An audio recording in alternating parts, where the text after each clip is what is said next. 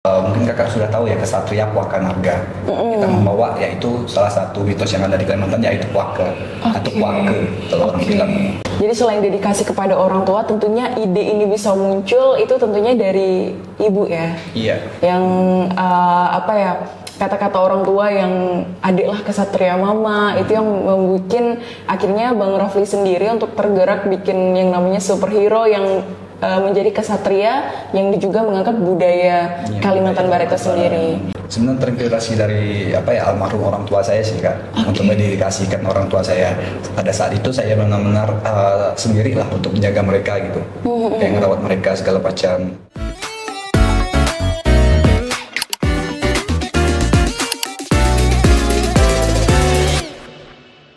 Bismillahirrahmanirrahim. Assalamualaikum warahmatullahi wabarakatuh. Kembali lagi bersama saya Mutia. Halo semuanya. Nah, kali ini saya ditemani oleh Bang Muhammad Rafli. Kemudian di sini ada Bang Arvin. Nah, jadi kali ini kita bakal ngulik-ngulik nih tentang karyanya mereka, yaitu Narga. Betul nggak sih Bang? Betul. Narga ya. Oke, kita langsung aja biar nggak lama. Oke, boleh dijelasin nggak Bang, kira-kira Project Narga ini, karya Abang ini itu apa sih sebenarnya? Kalau saya bisa jelaskan nih sekarang, Kesatria Narga adalah salah satu tokusatsu pertama yang ada di Kalimantan. Oh, dia kesatria ya? Ya, kesatria. Tema Armo Hero, dan juga kita nih mengulik sejarah-sejarah yang ada di Kalimantan juga. Dan juga nanti kita membawa di Kalimantan ini seperti Armo Hero tapi bertema Dark. Itu macam Bima Satria Garuda, tapi ini kita malukan itu dengan secara dark juga Armo Hero-nya. Dan ini juga kita bawa, yaitu kalau kakak tahu, mungkin kakak sudah tahu ya, kesatria Puaka Naga. Kita membawa yaitu salah satu mitos yang ada di Kalimantan yaitu Puaka atau Puake kalau orang bilang. Jadi kalau Puaka ini kan mungkin kita bisa jelasin juga sama audiens bahwa dia kan makhluk mitologi ya yang ada di Kalimantan kan. Dan itu tuh ada yang nyebutin itu seperti ular, seperti naga dan lain sebagainya. Itu kenapa mungkin terinspirasi namanya jadi Narga ya. Bener nggak kayak gitu? Narga atau gimana? Salah satu plesetan yang saya buat sih sebenarnya, yaitu dari Nanjan dan juga dari kesatria Arga. Jadi masuk ke Narga.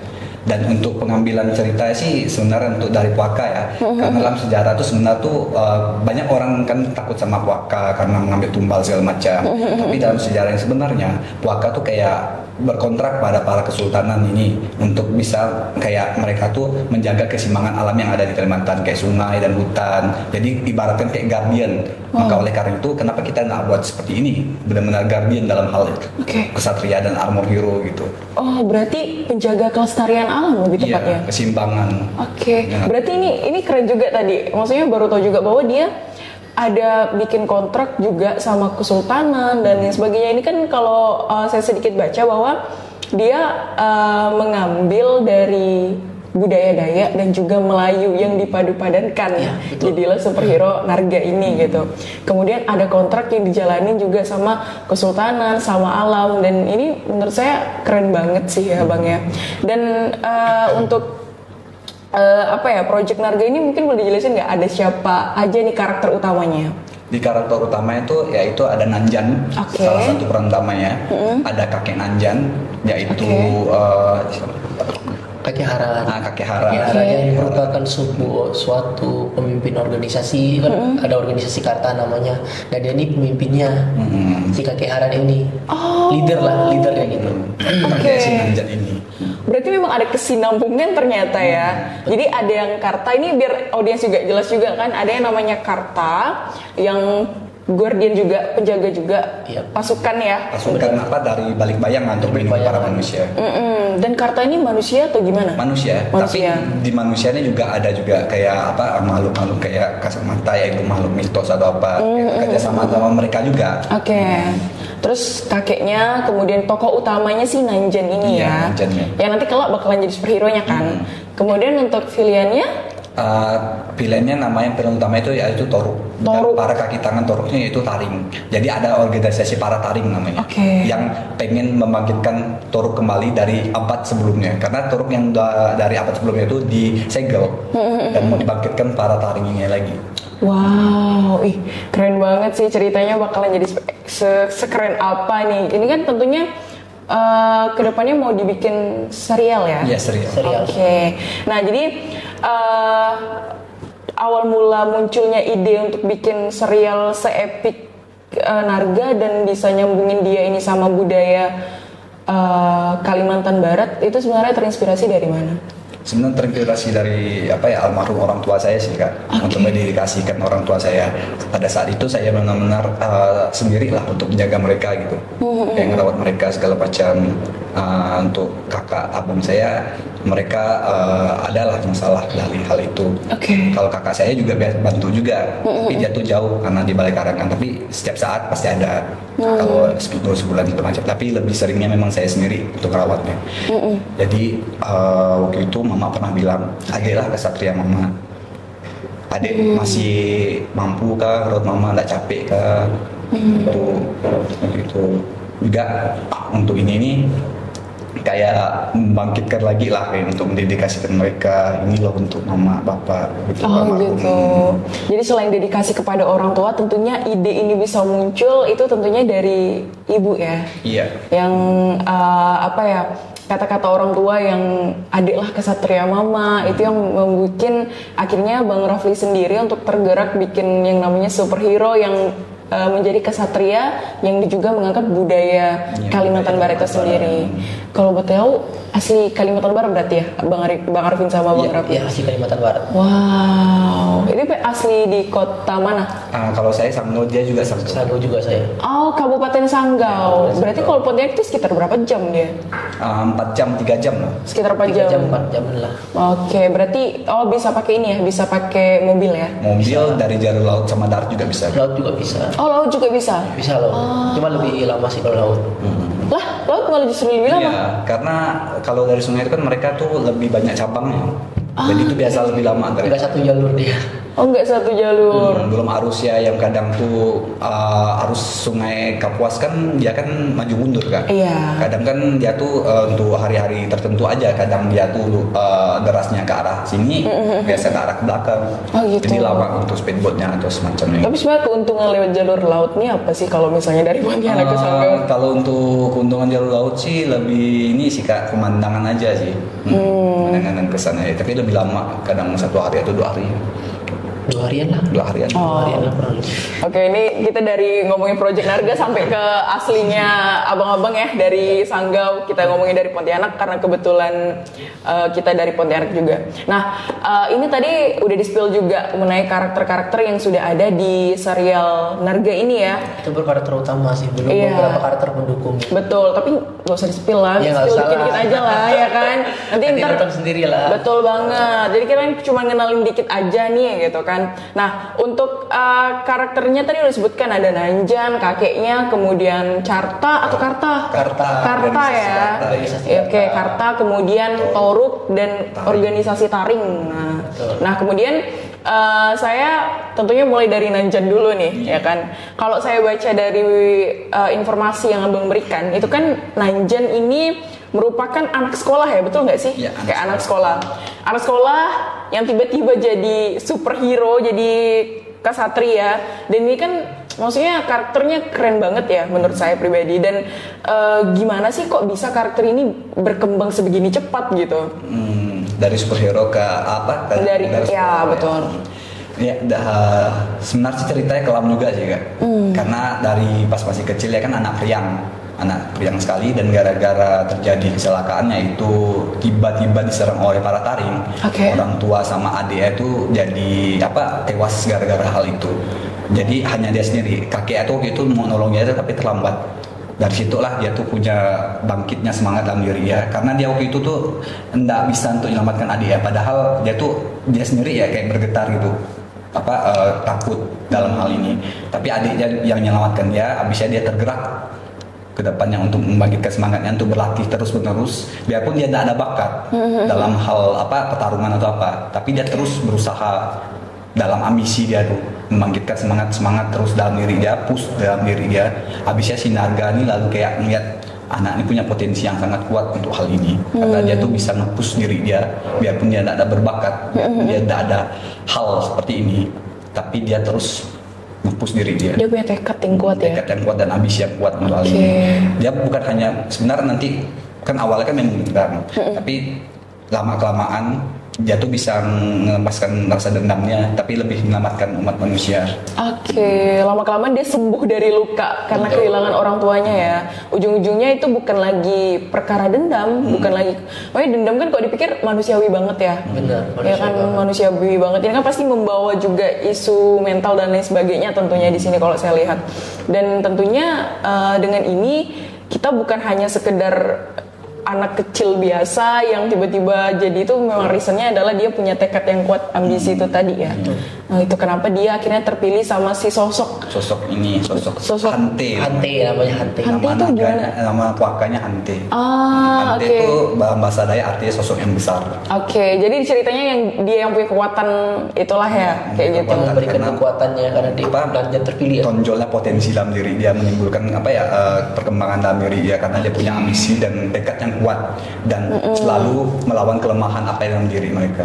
Jadi dia juga si Nanjen ini adalah sosok yang melawan kelemahan yang ada di dalam dirinya. Wah ini keren banget sih. Pokoknya dia tuh awalnya juga tersemangatnya, termotivasinya juga dari setelah kehilangan adik dan ibunya juga. Karena tekadnya, karena dia tuh nggak mau lagi ada orang yang seperti dia, kayak dia tuh nggak mau lagi lihat orang terbunuh depan dia segala macam. Tekad yang kuat. Betul. Tapi kalau organisasi Taring sendiri ini ceritanya gimana? Apakah dia manusia atau gimana nih? Kalau Taring ini sebenarnya sosok monster sih ya. Dia tuh dari dimensi lain sebenarnya. Tapi dari abad yang dulu mereka tuh datang dan menguasai dunia. Para sultan segala macam tuh kayak berkontrak pada para puaka untuk bisa melawan mereka. Dan terus berkembangnya tahun dan akhirnya masa sekarang mereka tuh akhirnya tuh juga berkembang juga. Jadi ada manusia tapi itu sebenarnya Taring. Mereka tuh berkamuflase pada manusia.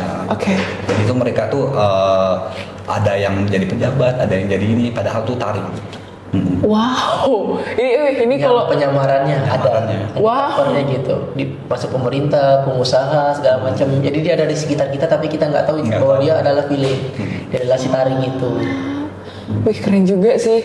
Terus untuk monster-monsternya ini sebenarnya pada dasarnya itu terinspirasi dari mana? Kenapa tiba-tiba ada penyamaran dan lain sebagainya juga? Dari sebenarnya dari Kamen Rider sih Kak. Kan ada dari film Kabuto juga tuh dia juga penyamarannya manusia. Tapi dia ini alien. Bukan dari dimensi lain, bukan iblis lah. Kalau untuk para Taring ini kan iblis. Tapi kalau yang di Kamen Rider Kabuto ini lebih kayak alien. Namanya. Tapi kalau ini berarti monsternya tuh kayak dari dimensi lain lah istilahnya, kayak gitu ya. Yang masuk ke dunianya si manusia ini. Betul. Nah, jadilah dia si organisasi Taring. Dia merupakan akar kejahatan, akar ketamakan, kerakusan juga. Iri hati, dengki dan lain-lain. Jadi sumbernya dari situ, Pak. Makanya di Narga nanti ini bukan hanya kayak jumpscare atau apa, tapi kayak ada kesurupan segala macam ada juga. Karena ada Taring yang bisa ngerasuki manusia yang membuat mereka tuh menjadi kalau orang bilang kesetanan lah gitu. Jadi itu nanti tuh kayak manusia tuh ada yang kesurupan tuh lalu jadi bangkit bibit-bibit Taring yang baru. Oke. Jadi organisasi ini nanti juga bakalan bisa menyebarin ini dong ya, menyebarin kejahatan dan juga kejelekan kepada hati manusia gitu. Betul. Semakin kuat dengki iri hati manusia, semakin kuat juga Taring. Oh ya? Sumber kekuatan dari dia memakan energi negatif dari manusia. Wow, jadi dia memakan energi negatif dari manusia, berarti yang tidak tampak dong? Dia tidak tampak. Berarti sesuatu hal yang tidak berwujud dan itu tuh bisa jadi energi dia. Tapi gimana kalau ada manusia yang tekadnya baik, kebaikan seperti Nanjen itu sebagai macam, apakah dia akan melemah nantinya? Tetap itu gak sih dipengaruhi nanti? Pasti dipengaruhi. Itulah kekuatan Narga, kekuatan alam dan kebaikan dan hal lain. Ini benar-benar definisi setan banget ya istilahnya, yang mempengaruhi manusia kan. Mempengaruhi pikiran, hati manusia. Iya. Jadi jangan-jangan terinspirasinya juga dari situ nih, sedikit-sedikit nih. Oke. Terus sayang banget ini kita belum nggak ada tampilin kostum naga ya. Cuma nanti mungkin boleh tim editing buat tampilin di obrolan kita ini untuk kostum naga biar audiens bisa ngeliat. Ini kan kalau saya juga udah di-spill nih sama abang-abang tentang kostum naga yang menurut saya keren banget, dan itu tuh ada unsur apa ya, budayanya kan. Ada ukiran Dayak, iya, dan juga Melayu gitu kan. Oh ada ya? Nah, tapi kayaknya bukan di ininya bang, yang di lainnya nih bang kameramen. Oh ini tadi nanjennya ya? Karakter, masih sketsa aja. Sketsa kasarnya. Masih sketsa, karena nggak mau ngeliatin ke audiens dulu ya. Oke, lanjut. Oke, ini mungkin audiens bisa lihat bahwa di sini sudah ada, berarti ini superhero-nya ya? Iya. Kalau tadi kan itu Nanjan pas versi manusianya, kemudian ini adalah Nanjan armor hero-nya. Setelah dia menjadi superhero-nya bakal seperti ini gitu. Ini jadi kayak ini ya Power Rangers gitu ya. Lebih ke Kamen Rider sih kan. Tokusatsu. Iya, tapi kalau kita fokus dan kita mungkin zoomkan nanti, ini nih luar biasa ya. Ini ada ukiran-ukiran yang kuning itu kan Melayu banget, ya nggak sih? Iya, benar. Kemudian di ukirannya juga ada ukiran Dayak di sini. Di bagian lengannya, kemudian ini juga ya kayaknya ya. Iya. Di beltnya juga ada. Iya, jadi ada unsur Melayu, unsur sungai warna biru, iya, itu juga. Sungai laut gitu kan. Iya, laut, meskipun sungai kita nggak warna biru, tapi karena biru memang melambangkan laut, jadi ambilnya warna biru akhirnya ya. Warna biru. Wah, ini saya cuma nerka-nerka aja sih, ternyata yang bener juga ternyata. Oke, wah. Di belnya itu kan kayak ada kayak tangan naga yang ngerekam. Oke, wow, keren banget. Ya di sini kalau bisa lihat itu kayak kuku naga kan 3. Naga. Oh iya. Iya, ini. Oke. Tapi saya kira narganya itu terambil dari inspirasi naga sebenarnya. Karena mitologi Puaka kan memang dia katanya bentuknya naga, ular. Meskipun sebenarnya saya juga nggak pernah ngelihat dia sih sebenarnya. Sebenarnya Puaka itu banyak nggak sih? Banyak ada kayak naga, ular, buaya. Iya, bener. Ada Oh, juga jadi Puaka tuh bukan satu makhluk mitologi doang, tapi macam-macam. kayak kategori aja. Wow. Nah ini kan kalau kita lihat keren banget ya, terinspirasinya dari budaya Melayu dan lain sebagainya. Tapi apa sih yang ngebikin abang-abang ini akhirnya tertarik untuk mengambil budaya Melayu ini ke dalam kostumnya Narga? Dan menurut saya juga lumayan suka sama superhero seperti Marvel dan lain sebagainya. Saya juga suka sama film-film itu, dan kalau kita lihat dari kostum Narga ini kan benar-benar ngambil unsur Melayu dan Dayak banget ya. Dan kenapa? Alasannya apa gitu? Karena kita sambil mengenalkan Kalimantan, sambil juga mengenalkan budaya kita kan. Jadi kan Kalimantan ini kan banyak orang yang luar sana kan belum mengenal Kalimantan menyeluruh. Dan saat inilah kita ingin mengenalkan mereka kayak tempat-tempat wisata. Kalau wisata Kalimantan, Sanggau dan lain-lain yang di luar Pontianak. Karena mereka yang di luar sana kan lebih tahu Pontianak. Dan juga mereka tuh kadang tuh taunya Kalimantan tuh kuyang, sawit, hutan-hutan. Dan iya betul banget. Iya sih. Kalau makhluk-makhluk seperti itu memang Kalimantan banget sih orang nyebutnya hutan dan lain sebagainya. Kalau budaya apa suku-suku yang di Kalimantan, budaya yaitu Melayu dan juga Dayak kita campurkan ke dalam sini. Tapi sebenarnya untuk saya buat harmonika, ini nih kayak kita tuh buat untuk anak-anak Kalimantan, karena di dalam harmoni ada tekad, ambisi dan semangat anak-anak muda yang ada di Kalimantan. Jadi saya campurkan, saya curahkan di dalam gambar harmoni ini untuk mereka semua. Kemudian tadi kan juga ada, ini abis Narga ada pedangnya nggak sih? Mungkin kita bisa bahas pedangnya. Nah, pedangnya ini kan dia terinspirasi dari Mandau Dayak kan. Mandau Dayak kan maknanya dalam banget gitu. Dan Mandau Dayak itu memang asli ya kan, memang orang Dayak memang menggunakan mandau untuk keseharian mereka dan juga ketika mereka butuh dan lain sebagainya.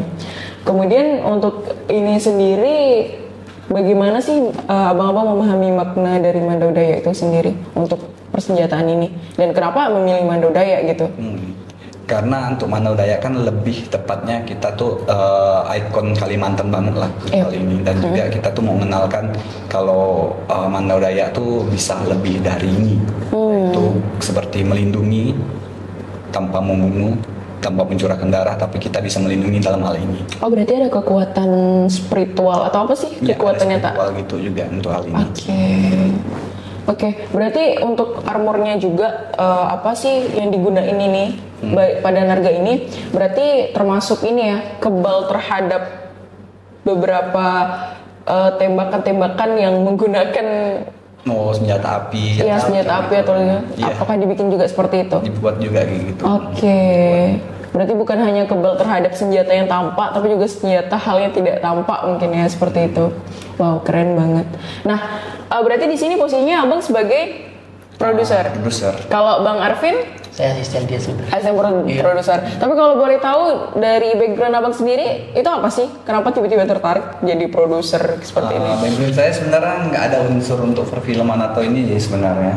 Tapi memang saya itu ingin merealisasikan cerita saya ke dalam film. Kalau background saya lebih ke desain grafis UI UX sih untuk hal ini.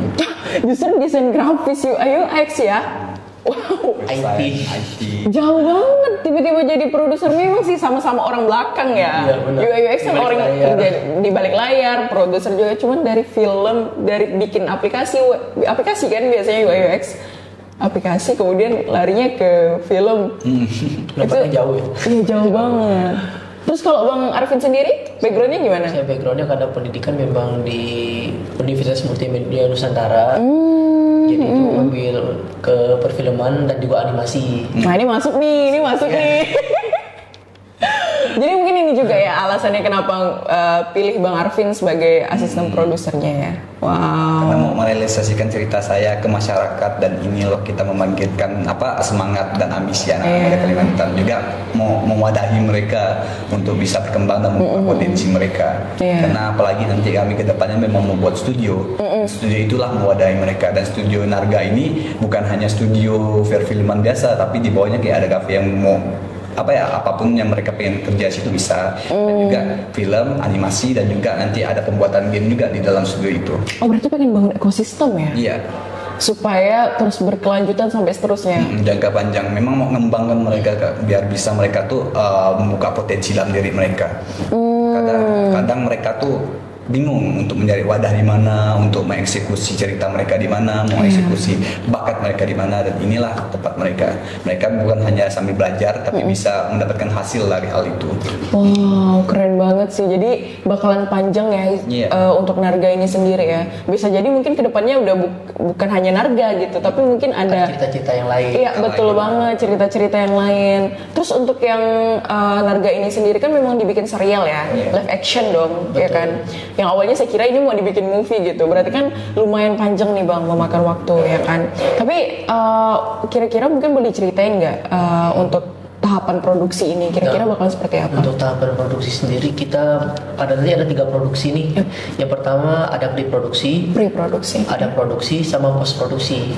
Sedangkan kita masih tahapan awal di pre-produksi, yang dimana kita baru nge-hire para kru film.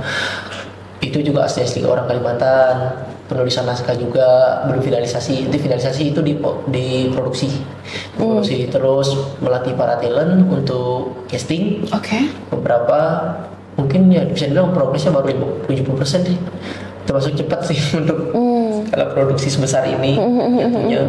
Terus ini mulai pada saat bulan berapa Bang? Bulan Agustus ini? Agustus kita udah mulai menulis naskah dari Agustus. Oke. Betul. Kita juga berhitungan budget, lakukan riset beberapa lokasi setempat yang akan digunakan untuk lokasi syuting. Betul. Seperti itu. Berarti ini fullnya di Kalimantan Barat? Ya, benar. Semuanya? Ya. Talent, lokasi, dan lain sebagainya semua di Kalimantan Barat? Pakai anak-anak Kalimantan. Bukan Kalimantan Barat, tapi seluruh Kalimantan sih. Pulau Kalimantan? Iya, Pulau Kalimantan, benar. Kenalkan Kalimantan ke masyarakat luar. Wow, berarti termasuk tim-tim belakangnya dan lain sebagainya itu orang Kalimantan semua? Kalimantan semua. Wow. Iya. Berarti kan tadi Abu jelasin ada tahap pre-produksi, produksi, dan post-produksi. Kalau untuk tahap produksi sendiri itu sudah finalisasi naskah. Terus nanti talent-talentnya udah pada fix. Pada kru juga udah fix, jadi nggak perlu cari sana cari sini lagi. Shot di setiap scene, setiap adegan itu juga udah fix, jadi nggak ada perubahan sama sekali. Lalu budget juga udah fix, lokasi udah fix, dan lain sebagainya itu udah fix. Jadi untuk tahap kedua ini udah fix semua, jadi nggak ada yang dirombak. Jadi udah siap untuk syuting. Berarti nggak eksekusi aja ya? Tinggal eksekusi aja, bener sekali. Berarti kalau tadi abang juga udah spill untuk kru tuh sekitar 80% ya? 70. 70. Wah, kalau kru sudah 70%. Dan berarti ini udah lumayan cepet banget sih, betul kata abang tadi 70%. Kemudian untuk talentnya udah sekitar 50. Karena kan memang talent kita talent baru, kita ngambil anak-anak yang baru yang belum ada dasar akting. Serius? Iya bener. Ini hitungannya nekat gak sih? Nekat juga. Nekat. Kenapa bisa sih yakin itu ngambil orang yang belum berpengalaman? Karena melihat potensi dalam diri anak-anak mereka di saat kita wawancara singkat ngajak ngobrol juga tuh mereka kayaknya tertarik banget dengan proyek ini gitu loh. Dan mereka tuh benar-benar buat Kak, kayak mereka tuh awal casting tuh, mereka tuh benar-benar prepare dalam hal ini. Semangat dalam diri mereka tuh benar-benar keren. Dan situlah kami mengambil mereka. Mereka tuh punya potensi, tapi mereka tuh awalnya tuh belum mengangkat potensi mereka. Tapi pas kami biarkan mereka menunjukkan potensi mereka, mereka tuh hebat kan. Mereka tuh bagus semua. Jadi menurut abang-abang semua yang tentunya menyeleksi teman-teman yang bakal jadi aktor ini, menurut abang-abang semua bahwa mereka tuh punya karakter yang sama mungkin atau bagaimana? Nggak sama sih, lebih tepatnya masing-masing anak yang kita seleksi ini punya potensi tersendiri. Dia cocoknya nih di bidang apa, dia cocoknya jadi peranin antagonis kah, protagonis, protagonis dan lain sebagainya gitu. Kita lihat juga dari cara mereka bicara, kita nilai dari situ. Iya. Gerakan, gestur segala macam, mimik wajah itu kita nilai semua. Nah, kalau untuk Kalimantan ini kan dia berbagai macam bahasa dan logatnya itu kadang kelihatan banget kan. Sedangkan kita ngambil talent baru orang Kalimantan. Nah, dan tentunya kita kan pakai bahasa Indonesia kan? Enggak, pakai bahasa kita sendiri. Bahasa kita sendiri. Kita tunjukkan bahasa kita. Serius? Iya.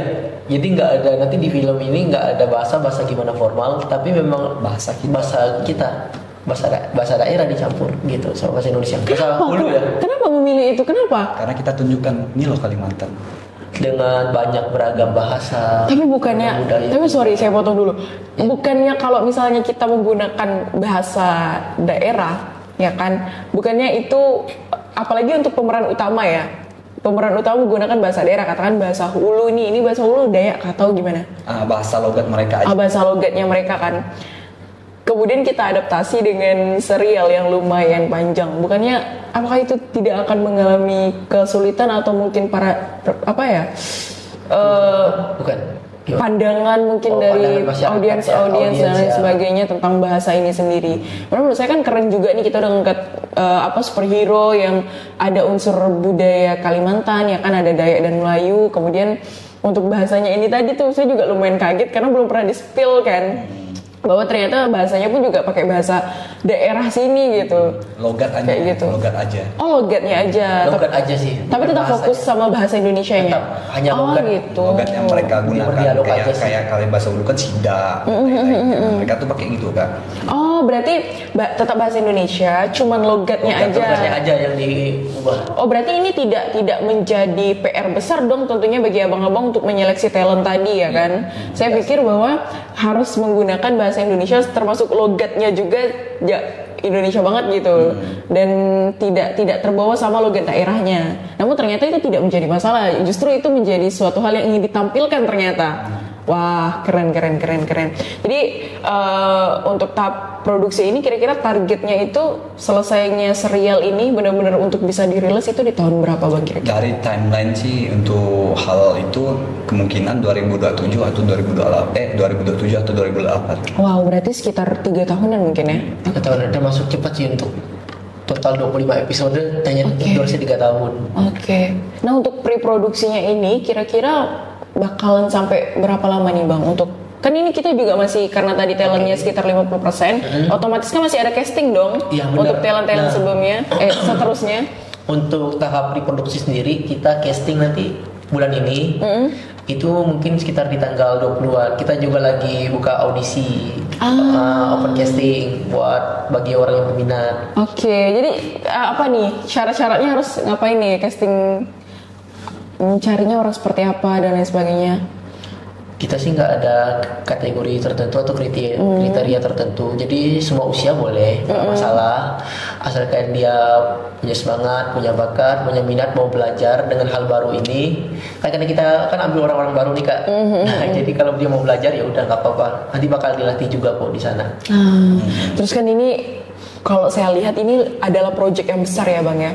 Karena bakalan jadi serial yang lumayan berapa episode? Mungkin kita 25 episode. Yang menurut saya ini lumayan besar. Belum lagi kostum-kostumnya, kostum monster, kostum naga itu sendiri, kostum kroco-kroconya, kostum karta lagi. Dan nggak mungkin sedikit kan kartanya. Pasti banyak, namanya dia kan pasukan penjaga prajurit gitu. Dan ini kan pasti memakan biaya yang sangat besar, waktu dan tenaga orang-orang yang bakal mengeksekusi ini semua. Itu gimana sih proses seperti ini? Menurut abang-abang dalam tahapan ini? Tahapannya ya, memang banyak hal sulit dan itu sih terkadang ada juga masalah dan lain-lain. Tapi kalau kita nanami risiko, gimana kedepannya kita mau sukses gitu. Karena inti dari kesuksesannya itu mengambil risiko yang belum pernah kita rasakan. Kita push diri kita lakukan hal ini. Seperti yang yang tadi Nanjen lakukan juga kan, kita push diri kita hancurkan apapun kelemahan kita push diri kita terus menerus, rasa takut dan rasa kelemahan kita, dan makin hari pasti nanti itu makin bisa kan untuk hal ini, karena banyak orang yang membantu banyak hal ini juga segala macam. Pasti pas kita dah memulai ini di pertengahan pasti ada orang-orang yang sama seperti kita, dan kita itulah bekerja sama-sama mereka. Makanya di slogan Arga ini kami ngambil dari ER Kartini juga, habis gelap terbitlah terang. Berarti ini juga mengangkat kolaborasi ya? Iya, kolaborasinya banyak banget berarti. Kolaborasi banyak banget. Oke. Berarti untuk tantangan tersendiri selain tadi yang saya sebutkan tentang biaya dan lain sebagainya, kira-kira mungkin ada nggak sih tantangan yang selama berjalannya progres ini? Mungkin gitu? Waktu sih. Iya.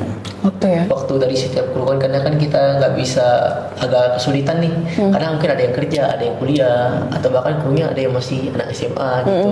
Kita kan kesulitan bagi waktu di situ. Terus juga yang tadi saya sebutkan para aktornya, karena kita aktor baru, belum punya pengalaman di bidang ini. Ada beberapa yang udah, tapi kan kebanyakan yang kita filter sekarang sih yang belum ada pengalaman sama sekali. Nah itu juga tantangan buat ngelatih mereka lagi dari awal. Tapi itu nggak apa-apa, kita juga nggak ngerasa capek segala macam, karena melihat tekad mereka, semangat mereka itu yang bikin kita makin semangat. Wow. Jadi mentornya ada berapa nih untuk ngelatih teman-teman aktor nih?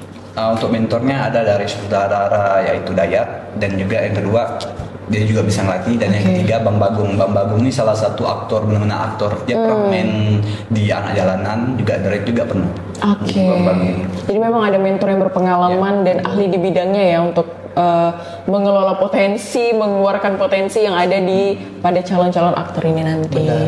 Berarti terutama udah pada dapat dong yang kayak lain. Nggak usah disebutin siapa ya. Udah ada ya. Oke. Keren. Nah, ini saya sebenarnya random banget, tapi karena ada pertanyaan, karena kita di Qoro'ah, jadi kita ada kebakalan kaitan dengan Quran dan lain sebagainya.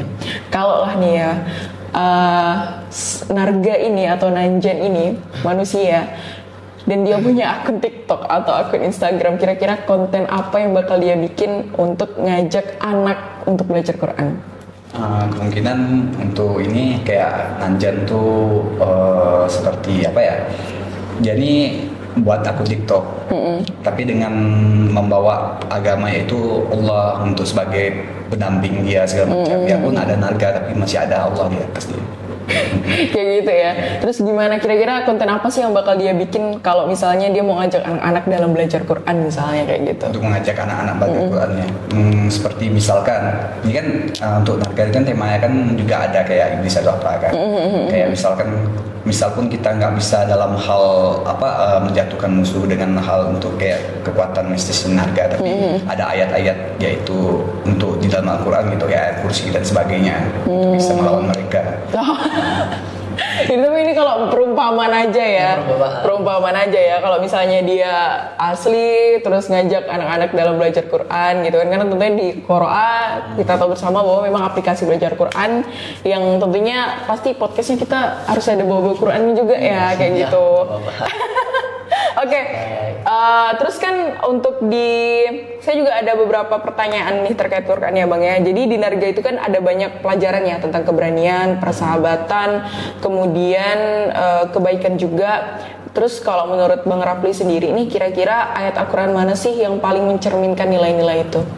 Dari ayat-ayat Quran yang paling mencerminkan sih sebenarnya ada di Ali Imran ayat 173. Tapi yang benar-benar mirip sekali dengan Narga ini ada di An-Naml ayat 33. Kalau itu apa tuh Bang? Saya kurang tahu juga ada ayat gitu. Dalam ayat itu ada menceritakan tentang semangat kuat dan iman dalam diri kita. Jadi kita tuh kayak jangan pernah takut dengan apapun dalam diri kita selama ada Allah di depan kita. Pasti kita bisa melakukan hal itu. Bangkit terus, semangat terus. Dari awal kita jatuh, pasti ada lagi namanya risiko yang akan datang. Tapi risiko itulah yang Allah kasih ke depannya menjadi sebuah potensi besar bagi kita, yaitu kesuksesan.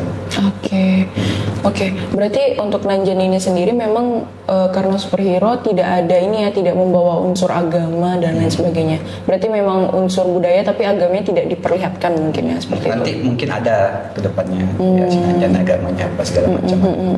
Tapi nanti memang untuk terinspirasi dari Abang sendiri selain dari budaya juga tentu adanya Al-Quran ya Bang ya. Kalau untuk Abang Rafli sendiri karena sebagai ketua project dari karya Nanjan ini. Narga ini ya. Oke, siap. Nah, kemudian kalau kita ngobrolin soal Nanjan ini kan udah keren banget ya, maksudnya project Narga superhero yang dari Kalimantan, bahkan bukan cuma Kalimantan Barat nih, ternyata mengambil talent, kemudian kru dan lain sebagainya itu dari Pulau Kalimantan. Betul. Asli Kalimantan. Iya, asli Kalimantan dan betul banget sih kalau tadi di-spill sama Bang bahwa Kalimantan ini memang rata-rata dipenuhi sama Dayak ya. Karena kalau orang bilang Kalimantan hutan ya memang ternyata kita masih banyak hutannya. Nggak bisa kita pungkiri juga.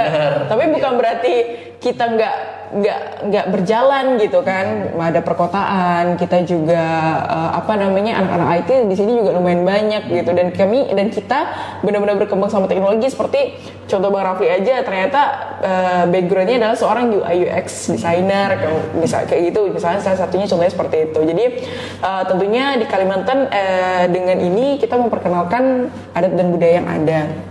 Nah, terus untuk Narga ini sendiri, kira-kira pernah dengar nggak sih Bang Arvin sama Bang Rafli tentang kisah Nabi Musa sama Firaun? Iya, pernah dengar. Nah, jadi di Narga juga kan ada pertarungan antara kebaikan sama kejahatan nih. Si Narga melawan Toruk. Jadi kejahatan sama kebaikan. Nah, dan menurut saya ini bakalan jadi serial yang epic banget dan seru banget. Nah, kira-kira gimana nih menurut abang-abang, pesan apa sih yang bisa kita ambil dari cerita ini?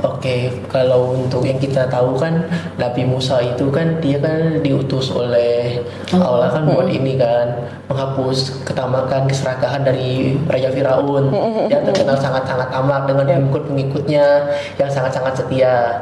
Nah, ini nanti juga ada korelasinya dengan karakter si Nanjan itu sendiri. Nah, terus apa pesan moralnya dari kebaikan dan kejahatan? Bahwa yang kita tahu di serial Narga ini, Nanjannya itu punya mandau kan, mandau bisa melambangkan itu kebaikan. Nah, Nabi Musa punya tongkat ya? Tongkat, jadi masih korelasi kan? Korelasi ya, betul. Cuma kita tahu Nabi Musa itu membelah lautan, makanya para pengikut Firaun takut dan tunduk kepada dia, Nabi Musa. Gitu. Oke. Sedangkan kalau Nanjan sendiri, dia menggunakan mandau atau pedangnya itu untuk mengalahkan Toruk yang merupakan akar kejahatan, akar ketamakan, akar kerakusan. Jadi masih sinkron nih. Korelasi ya. Oke. Saya juga karena ngulik-ngulik ini juga, jadi sempat kepikiran ini kayaknya mirip banget sih sama kisahnya Nabi Musa dan Firaun kan. Dengan tadi ternyata juga dikorelasikan sama Bang Arvin, ternyata lumayan cocok ya ternyata. Cocok. Cocok ya. Karena saya melihat dari tongkatnya itu sama-sama senjata, sama-sama sifatnya juga kurang lebih. Iya. Ya. Nabi Musa kan yang mujizatnya dari Allah ya. Iya betul. Kalau ini kan memang karena ya namanya cerita ya kan kayak gitu. Jadi fiksi kita gitu. Tidak tahu sejarahnya kebenarannya akan seperti apa, tapi memang kita mengambil referensi aja. Oke, siap. Pada bisa di tongkat yang Nanjen dari Mandau ya, terinspirasinya. Wah, oke. Oke, jadi tadi kita udah lumayan ngebahas tentang Quran, kemudian pertanyaan random juga kalau Nanjen nih misalnya punya TikTok bakalan bikin konten apa gitu. Ternyata dia bakalan nge-sharing tentang ayat-ayat, contohnya kayak gitu supaya teman-teman juga mampu belajar Quran dan lain sebagainya. Kemudian juga tadi gimana sih ternyata ada nilai-nilai Quran yang diambil dalam inspirasinya terciptanya Narga. Kemudian juga di sini kalau kita kaitkan dengan kisah Nabi Musa dan Firaun ternyata ada korelasinya juga dan ternyata terinspirasi juga ada di situ.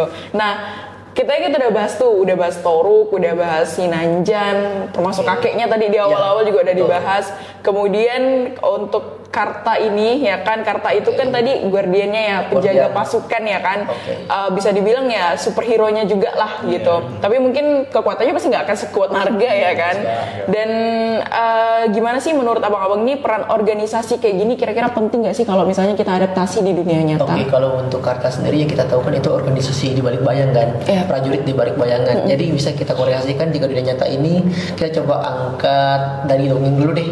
Tahu dongeng Robin Hood kan? Tahu. Nah, Robin Hood kan yang dimana dia itu menumpas para tirani, para penguasa yang tamak, terus dia rampok harta-harta mereka untuk dibantu ke orang-orang yang membutuhkan. Itu dari Robin Hood. Nah, untuk Karta sendiri nanti kurang lebih seperti itu. Cuma kita ngambil dari bagian keserakahan dan ketamakan dari para penguasa yang ada di serial Narga ini aja. Gitu. Jadi Karta ini kalau misalnya tadi kita ada diadaptasi sama Robin Hood itu tadi, berarti apakah dia ini bukan prajurit yang legal gitu atau prajurit kesultanan? Itu bukan. Berarti dia memang benar-benar pasukan di balik bayangan yang diolah sama kalau dibilang organisasi swasta lah, karena kakeknya ketuanya. Dari kakek Haran. Iya. Berarti analoginya kayak gitu ya. Berarti dia bukan dari kerajaan, bukan pasukan kerajaan dan lain sebagainya. Sebenarnya dari awal sih pasukan kerajaan, tapi para kerajaan yang dulu tuh nyuruh para Kartani kayak mereka tuh harus di balik bayang, nggak usah sampai manusia tuh menjadi chaos gitu, biar nggak ada terjadinya simpang siur antara manusia dan kegelapan. Jadi dia tetap ada kerja sama dengan kerajaan, diminta juga sama kerajaan, cuman dia memang di balik bayang sehingga orang pun nggak tahu gitu. Dia berbaur dengan manusia pada umumnya. Gitu. Sama juga dengan penyamaran itu tadi ya. Robin Hood. Benar. Wow, keren. Karena takutnya ketidakseimbangan antara manusia dan kegelapan, jadinya chaos. Ya, tapi menurut abang-abang kalau misalnya kita adaptasi ke dunia nyata nih, kira-kira perlu nggak sih kita organisasi seperti ini mungkin untuk melindungi dari kejahatan-kejahatan yang kok kita lihat sekarang kan kejahatan relevan banget ya sama kehidupan kita, yang kejahatan seperti misalnya pembegalan di malam hari, kemudian pemerkosaan dan lain sebagainya. Kira-kira kalau kita adaptasi di dunia nyata perlu nggak sih kita organisasi seperti Karta ini? Kalau untuk dunia nyata ya lebih tepatnya nanti masuk ke vigilante nggak sih? Apa itu? Kayak vigilante itu ibaratkan kayak dia tuh pakai kayak main hakim sendiri gitu. Vigilante tanpa ada aturan hukum sama sekali. Jadi kalau misalnya seandainya ini kan kalau misalnya kita adaptasi ke dunia nyata berarti itu jadi jatuhnya main hakim sendiri ya? Main hakim sendiri tanpa adanya aturan hukum, karena mereka kan aturan mereka sendiri. Gitu ya. Tapi sebenarnya perlu sih, karena hukum biasa. Tapi itu kalau kita bikin secara hukum ya, kayaknya secara hukum takutnya main hakim sendiri. Karena kita ada yang namanya undang-undang HAM dan lain sebagainya. Tapi kalau secara idealisnya teman-teman semuanya mungkin boleh-boleh aja sih ya. Kalau misalnya perlu-perlu aja sih ya untuk menyelamatin mungkin teman-teman yang yang mungkin nggak ada yang siap ketika ada suatu musibah, entah itu pembegalan, pemerkosaan, yang memang terkadang hal-hal gitu sulit buat dihindari kalau udah terkena sama hal seperti itu ya kan. Oke. Karena biasanya gimana ya, nanti ujung-ujungnya menyelesaikan kekeluargaan, tapi padahal orang yang udah jadi korban itu udah meninggal. Iya betul banget sih. Itu banyak kasus ya yang bahkan yang ngalamin itu dia sendiri, kemudian tersangkanya justru banyak, korbannya 1, tersangkanya 4. Yang ngebuat apalagi korbannya kadang perempuan yang kadang sulit buat ngelawan laki-laki 4 orang. Akhirnya terjadi pembunuhan, kemudian terjadi pemerkosaan dan lain sebagainya ya. Oke. Ada beberapa sedikit pertanyaan lagi karena kita juga mau lihat waktu ya abang-abang semuanya. Baik. Terus tapi ini pertanyaan random lagi sih. Maksudnya gimana sih kaitannya gitu kan. Tapi kalau misalnya nih abang-abang punya kekuatan super. Kira-kira apa yang bakal abang-abang lakukan untuk melindungi orang-orang yang abang-abang sayangi? Mungkin dimulai dari Bang Arvin deh. Kalau untuk kekuatan super ya, yang pastinya nggak perlu pakai kekuatan super sih hitungannya. Karena kan memang yang kita tahu dari segi kebaikan aja itu udah merupakan sebuah kekuatan dari yang di atas kan, pada menumpas kejahatan. Tapi kalau agak lucu ya kalau untuk boleh sih untuk kekuatan super. Kalau bakalan milih apa? Bakalan milih kekuatan apa? Agak aneh sebenarnya. Menghilangkan orang-orang jahat. Jadi saya tinggal tunjuk-tunjuk aja nih. Misalnya kamu hilang deh, kamu hilang, udah gitu. Jadi benar-benar dunia ini bebas dari akar kejahatan. Itu kalau memang kita mikirnya yang lucu ya. Iya, yang lucu-lucu. Pertanyaan kakak seperti itu. Iya, tapi kalau misalnya kita analogikan lagi ya, tapi kalau kita hubungkan bahwa sebenarnya manusia ini kan aslinya baik semua kan. Benar. Nah, kalau di dalam Islam itu kita mengenal konsep fitrah, di mana manusia itu memang terlahir dalam keadaan yang cenderung baik, ya kan, cenderung untuk berbuat baik. Tentunya seperti pepatah ngatain bahwa setebal-tebalnya ikan pasti akan ada tulangnya, sekurus-kurusnya ikan pasti akan ada dagingnya. Berarti kan setiap orang yang berbuat jahat dia bakal ada kebaikan. Tapi gimana tuh abang-abang memandang hal itu? Jing. Lumayan pertanyaannya. Pertanyaannya lumayan ini. Kira-kira gimana nih abang-abang memandang hal itu? Bahwa setiap orang yang berbuat jahat tentu pasti akan ada kebaikan sedikit di hatinya mungkin. Makanya dari situ ada namanya yin dan yang juga kan. Di mana ada kebaikan di situ ada kejahatan. Di mana ada kejahatan di situ ada sedikit kebaikan. Di mana tempat mereka berada, di mana lingkungan mereka berada, di situ mereka bisa menjadi hal seperti itu. Tapi ada juga di lingkungan yang jahat, di lingkungan yang sangat jahat sekali, dia bisa lebih baik daripada orang-orang di lingkungan mereka. Kebalikan lagi, di mana mereka tuh lingkungannya baik semua, tapi dalam diri dia masih ada kejahatan. Misalnya dia tiba-tiba bunuh orang atau semacamnya. Ya balik lagi pada diri kita masing-masing aja sih. Apa yang kita rasakan, apa yang dalam diri kita, disitulah kita yang sebenarnya. Dari kebaikan dan kejahatan mereka bisa simpang siur dalam hal itu. Karena sedikit ya secercah kejahatan dalam diri kita, padahal kita tuh udah baik, udah besar dah kebaikan gitu. Tapi sedikit aja kita timpa kejahatan tuh bisa aja kita jadi. Iya sih, kalau dipikir manusia memang nggak ada manusia yang sempurna. Kita mungkin pasti bakalan berbuat khilaf lah istilahnya. Entah dosa apa yang kita lakukan. Apalagi kita masih di dunia. Dalam Al-Quran juga kan dunia adalah surga bagi orang kafir, neraka bagi orang mukmin. Karena kita memang di sini tempat ujian kita. Iya, jadi dunia memang tempat kita untuk ujian ya. Oke. Berarti memang itulah manusia tidak terlepas dari kesalahan. Kita mungkin akan berbuat sebuah kejahatan, tapi semoga semua kejahatan yang kita bikin adalah kejahatan yang tidak terlalu merugikan orang lain. Ya kan? Ini kan masih dunia. Yang sebenarnya kita pun nanti pun ada di sana. Karena secercah kenikmatan yang ada di dunia hanya setetes air lautan. Ya lautan itulah nikmat yang ada di sana. Iya, betul. Seperti lagunya Gala Bunga Matahari ya. Iya. Adakah sungai-sungai? Iya benar. Iya kan? Di badan lirik itu aja. Iya. Oke, last pertanyaan terakhir. Kira-kira apa nih pesan buat generasi muda yang mau bikin karya kreatif sambil ngejaga budaya lokal? Semangat terus, jangan sampai menyerah. Apapun langkah kalian lakukan, jangan pernah ada down mental atau semacamnya. Karena kalian tuh punya potensi dalam diri kalian. Kalian tuh hanya belum mengekspos potensi kalian. Lakukan, hantam semua, hancurkan tembok penghalang yang menjadi nyusun sebuah kelintangan kalian. Nggak ada namanya kayak misalkan gara-gara keluarga atau apa, tapi dalam diri kalian. Hancurkan apapun itu, lakukan terus, push terus keinginan kalian pasti bisa. Langkah kalian masih awal, kedepannya kalian akan menjadi sukses, kedepannya kalau kalian bisa menghadapi itu. Oke. Kalau dari Bang Arvin gimana? Kalau dari aku mungkin singkat ya. Jangan menyerah, tetap semangat, lakukan terus untuk kedepannya. Kita nggak tahu kedepannya akan jadi seperti apa. Maka dari itu push terus diri kita, entah bakat yang belum kita punya kita coba semuanya. Ini mencoba semua hal, jangan bilang nggak bisa gitu.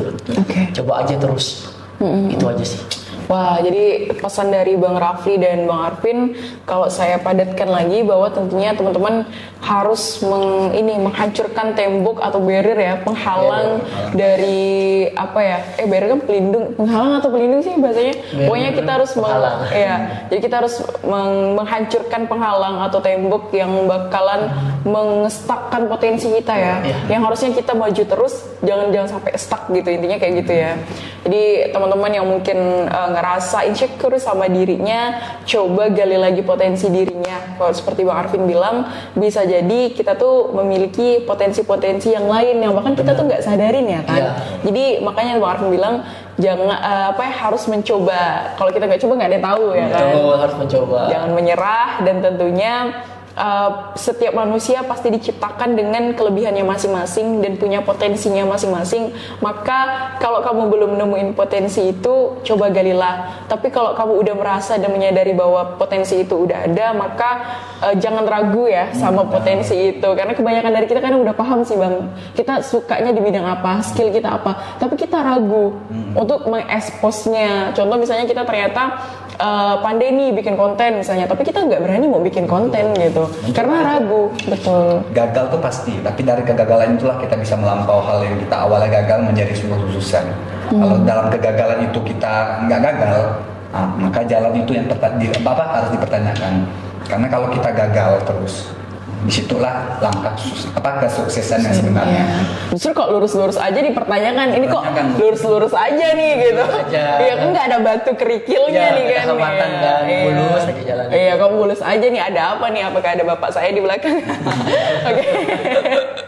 Oke, jadi tentunya buat teman-teman yang pengen mencoba suatu hal, cobalah, jangan pantang menyerah. Dan tentunya kalau ada kerikil, ada batu yang besar, itu tuh hadapin, karena bisa jadi kegagalan, dan itu adalah sebagian ujian kita untuk naik next level yang lebih up lagi. Entah itu dalam bidang karir, dalam bidang apapun lah ya Bang ya, termasuk mungkin hubungan kita sama orang tua, hubungan kita sama pasangan, dan lain sebagainya. Itu tuh benar-benar berkesinambungan banget ya Bang mengenai kegagalan itu tadi. Betul, satu lagi Kak, jangan lupa bersyukur. Ya, jangan lupa bersyukur, betul banget.